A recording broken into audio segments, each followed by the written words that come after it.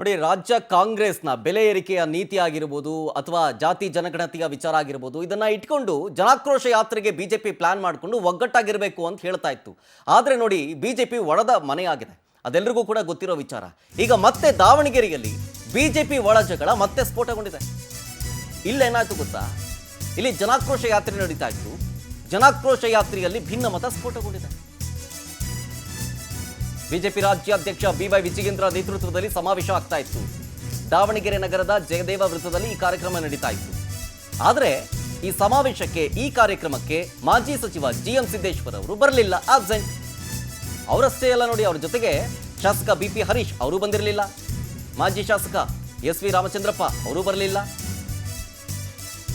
ಇದು ಸಮಾವೇಶ ನಡೀತಾ ಇದ್ದಿದ್ದು ಎಂಪಿ ರೇಣುಕಾಚಾರ್ಯ ಮತ್ತು ಟೀಮ್ನಿಂದ ಜನಾಕ್ರೋಶ ಸಮಾವೇಶ ನಡೀತಾ ಇತ್ತು. ಸೊ ಹಿಂಗೆ ಮಾಡಿದ್ರಿಂದ, ಗೈರಾಗಿರೋದ್ರಿಂದ ದಾವಣಗೆರೆಯಲ್ಲಿ ಮತ್ತೆ ಕೇಸರಿ ಪಡೆಯ ಒಳಜಗಳ ಬಹಿರಂಗವಾಯ್ತಾ ಅಂತ. ಯಾಕೆ ಬರಲಿಲ್ಲ ಅವರು? ಕಡಿಮೆ ಸಂಖ್ಯೆಯಲ್ಲಿ ಪಾಲ್ಗೊಂಡಿದ್ದಾರೆ ಬಿಜೆಪಿ ಕಾರ್ಯಕರ್ತರು.